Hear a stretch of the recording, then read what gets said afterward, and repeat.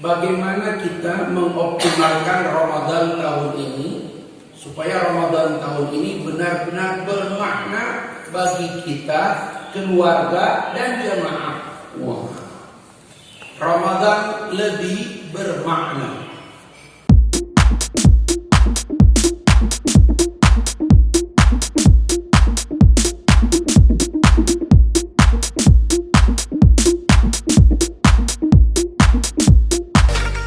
Assalamualaikum warahmatullahi wabarakatuh.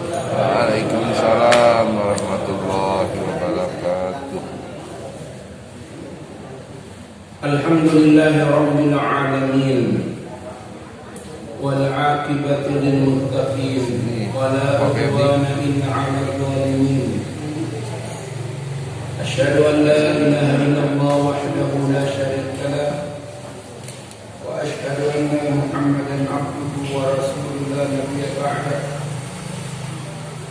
اللهم صل وسلم وبارك على محمد وعلى آله وأصحابه ومن تبعهم بإحسان إلى يوم الدين. أما بعد،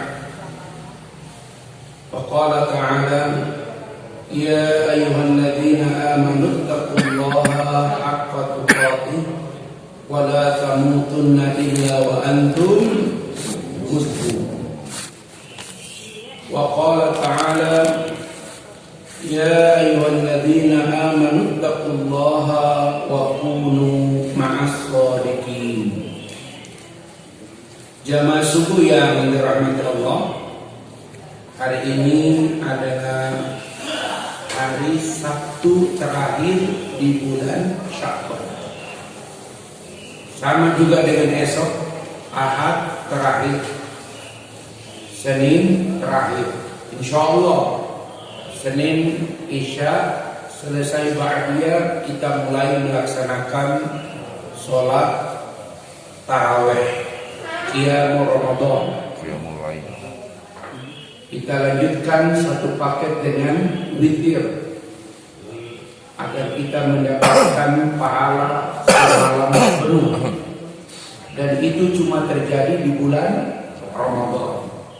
Siapa yang mendatangi imam melaksanakan sholat sampai tuntas, jadi lihat imam berhenti di mana baru boleh berhenti.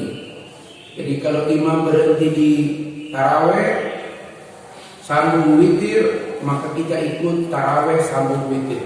Jangan witir di rumah, rugi. Kenapa? Sekuat-kuatnya kita witir di rumah, kita qiyamul lail di rumah, kita tidak bisa melaksanakan sholat satu malam penuh. Tapi yang sholat taraweh berjamaah, mengikuti imam sampai tuntas dengan witir, dia mendapatkan pahala sholat semalam penuh. Gak kuat kita sholat semalam penuh. Maka mudah-mudahan ini petugas sudah disiapkan. Ada himbauan dari Dewan Masjid Indonesia bagi masjid-masjid yang terjaga.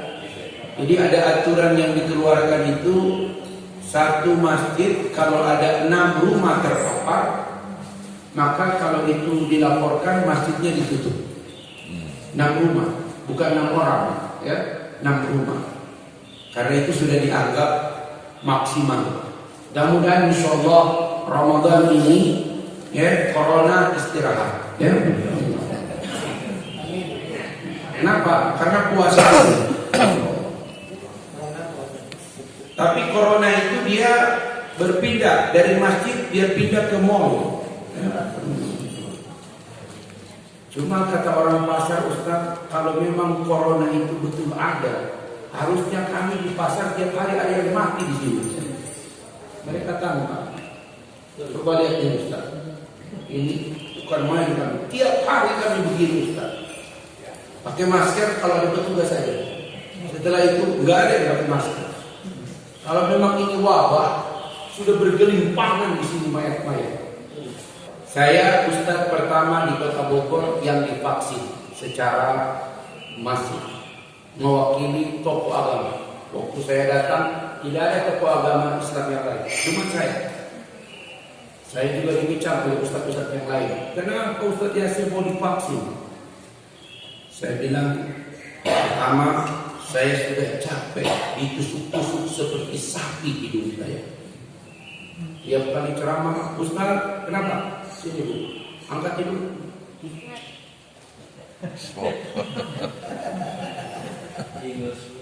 Hidung saya ini lebar pada rasa.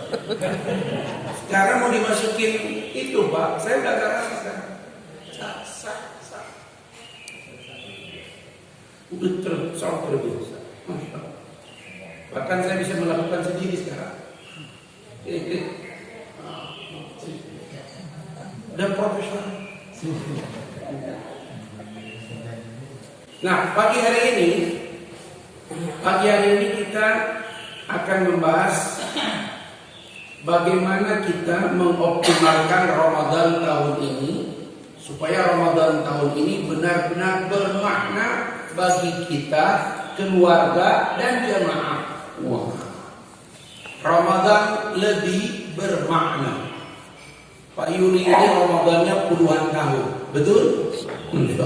Mulai dari Ramadan yang masa-masa kecil itu kan. Ya, puasanya nanti kalau menjelang buka, nah itu baru puasa. Ya, saya masih ingat, jujur aja Pak, di kampung itu habis zuhur kita teman-teman semua datang kemana? Ke kali, sambil menyelam segar. Yang kedua, sholat asar lama benar kita di tempat wudhu, lama benar. Kenapa? Basahin kepala. Tapi yang bikin segar itu berwudu saat memasukkan air ke mulut 3 kali, yang keluar 2 kali. Segar betul itu. Kenapa? Itu masa-masa kecil di kampung, ngajinya dengan seorang ustadz saja. Ya, muridnya 250 orang. Ya, alat bantunya nggak ada. Quran kami bagus begini. Semuanya udah copot-copot, ya pokoknya masih ada yang begini, copot, nggak ada namanya cover begini. Dia cuma punya satu alatnya rotan kecil panjang. Jadi kalau kami duduk depan gini, yang ujung bisa kena itu, dan nggak ada satupun santri yang berani sama ustadz itu. Tapi betul kata-kata orang Melayu, di ujung rotan ada emas. Kalau dia tak pakai rotan, tak bisa kami mengaji. 250 orang. Ya, sekali dia pukul rotan itu di meja, diam itu 250 anak. Dan aneh itu, dari habis asar sampai habis maghrib semua kebagian ngaji. Canggih benar. Ya, saya kalau pulang kampung, orang pertama yang saya cari itu guru ngaji. Yang kedua wali kelas saya. Karena wali kelas saya itu masih hidup sampai SD. Saya cari mereka. Karena guru itu luar biasa. Bapak bisa begini ini karena guru. Ini Pak Johan ini jangan gaya-gaya Pak. Karena guru Pak. Masih ingat guru SD-nya? Masih ingat kan? Masya Allah. Kita ini kadang-kadang lupa tuh sama guru. Kalau kau ada rezeki, kalau kau ada umur, kau masih ingat nomor teleponnya, kau telepon dia. Ya, kita di kampung panggil apa namanya? Nggak panggil ustaz. Ada istilahnya kita panggil. Pokoknya kalau saya mau pulang, istri tanya saya, apa itu buat siapa? Buat guru saya. Wah, datang aja ke kampung, langsung di rumah sama ibu sama saudara. Setelah itu saya tanya dulu, si Pak itu masih hidup? Masih? Langsung saya pergi, bawa dia itu. Menangis dia, memeluk kita, nangis dia. Begitu. Ramadan lebih bermakna. Agar Ramadan kita lebih bermakna, ini kata kunci pertama. Apa itu? KPI apa KIP? KPI. Key Performance Indicator. Udah kayak Ustaz canggih-canggih. Nomor 1 apa? Nomor 1 melapangkan hati. Ini kata kunci agar Ramadan bermakna bagi diri kita, keluarga, dan berjamaah. Melapangkan hati. Karena tak ada papan tulis, Ustaz tak tulis bahasa Arabnya. Bahasa Arabnya ruhabatus sodri. Kalau di masjid yang lain ada asisten di sana, ya langsung mutus itu. Dia ketik pakai Arab, cantik benar. Di sini nggak ada sekretaris. Ruhabatus sodri, melapangkan hati. Kenapa ini menjadi kata kunci pertama? Karena Ramadan itu di dalamnya ada satu ibadah yang sifatnya menahan diri. Menahan diri itu, Pak, Bapak fisiknya kuat, ya, gagah, sehat, itu tidak cukup. Yang paling kuat bisa menahan diri. Ini halal, milik, higienis. Boleh kita minum, boleh. Tapi dari fajar sampai dengan maghrib, kau harus menahan diri. Jangankan yang haram, halal saja tak boleh kau sentuh. Dan 1 bulan itu kau lakukan hanya bisa kalau kau punya kelapangan hati. Kelapangan hati itu, Pak, yang paling pertama supaya kita bisa menerima semua ketidakenakan dalam hidup, sekalipun itu milik kita dan hak kita. Itu kata kuncinya. Makanya dalam sejarah, alhamdulillah, misalnya ini pembagian teh, dia sudah bagi semua, Ustaz dia di sebelah kanan. Masya Allah. Kita hanya bisa kalau ada kelapangan. Silahkan. Pulang kampung, anak-anak menantu cucu datang, semua datang ke neneknya. Si akiknya dianggurin. Bos saya. Jadi, semua oleh apa? Si akiknya cuma di pojok. Kok saya? Ya. Kata dia, enggak usah, aki-aki, Masya Allah. Bapak hanya tidak akan marah kalau Bapak punya kelapangan hati. Cuman saya kadang-kadang seperti itu. Si akinya keluar ke halaman, petik daun, gigit-gigit di pojok. Kelapangan hati itu yang paling pokok. Ustaz coba terangkan kepada kami bagaimana kekuatan ruhabatus sodri. Pak, dari nabi yang ada, Pak, ada 5 nabi yang disebut ulul azmi. Ulul azmi. Pak RW, Ibrahim, berikutnya Musa, berikutnya Isa, berikutnya Muhammad, berikutnya dibantu sama ini, ya. Ini Pak RW, ya. Yang lain penggantinya. Disingkat dengan Nimin, Nuh, Ibrahim, Musa, Isa, wa nabiyuna Muhammadin sallallahu alaihi wasallam. 5. Dibalik mimin. Dibalik mimin. Mimin, Muhammad, Isa, Musa, Ibrahim, Nuh. Memang kalau profesor beda, ya.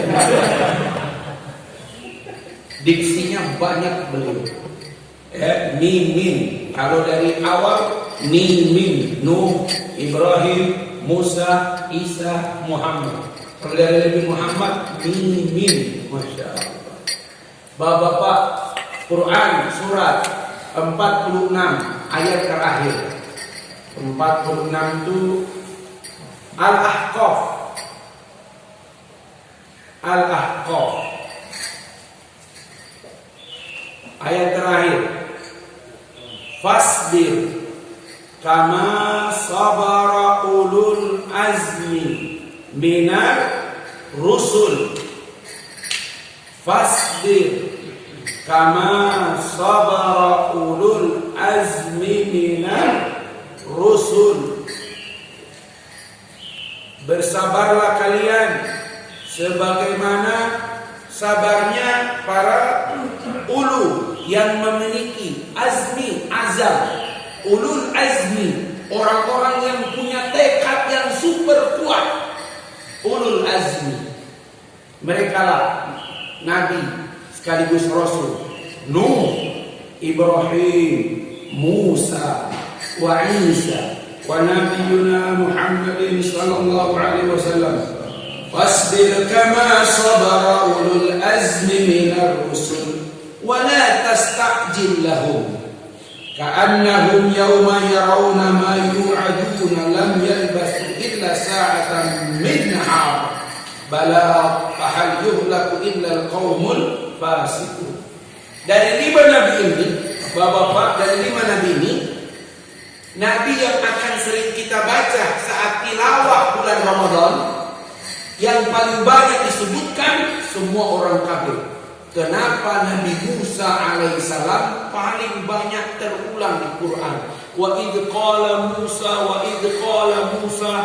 Apalagi Bapak mulai dari Al-Baqarah. Masya Allah. Namanya juga Al-Baqarah, sapi betina. Itu kasus Bani Israel. Ustaz, kenapa Nabi Musa diulang-ulang dalam Quran? Karena kisah Nabi Musa itu pelajaran kepada Nabi kita Muhammad dan umat Islam melihat tantangan yang tidak akan pernah selesai. Tantangan kita di mana-mana 5. 1, penguasa. 2, pengusaha. 3, teknokrat. 4, tokoh agama. Dan yang kelima, masyarakat. 1, penguasa. Kalau penguasanya zalim, penguasanya tiran, penguasanya otoriter, nah itulah dulu dilambangkan dengan jawabannya benar, yang salah sambil melihat ustaz.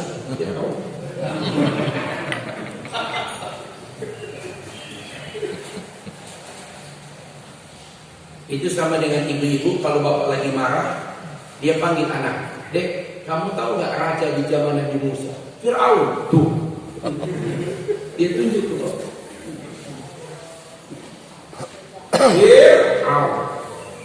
Yang kedua, pengusaha sukses, tapi meditnya, pelitnya, koreknya minta ampun. Siapa?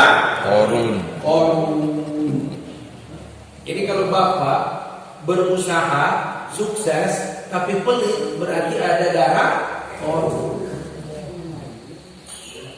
Korun itu sepupu Nabi Musa, anak bibi Nabi Musa. Nabi Musa punya ayah, punya adik perempuan. Nah itu anaknya itu Korun.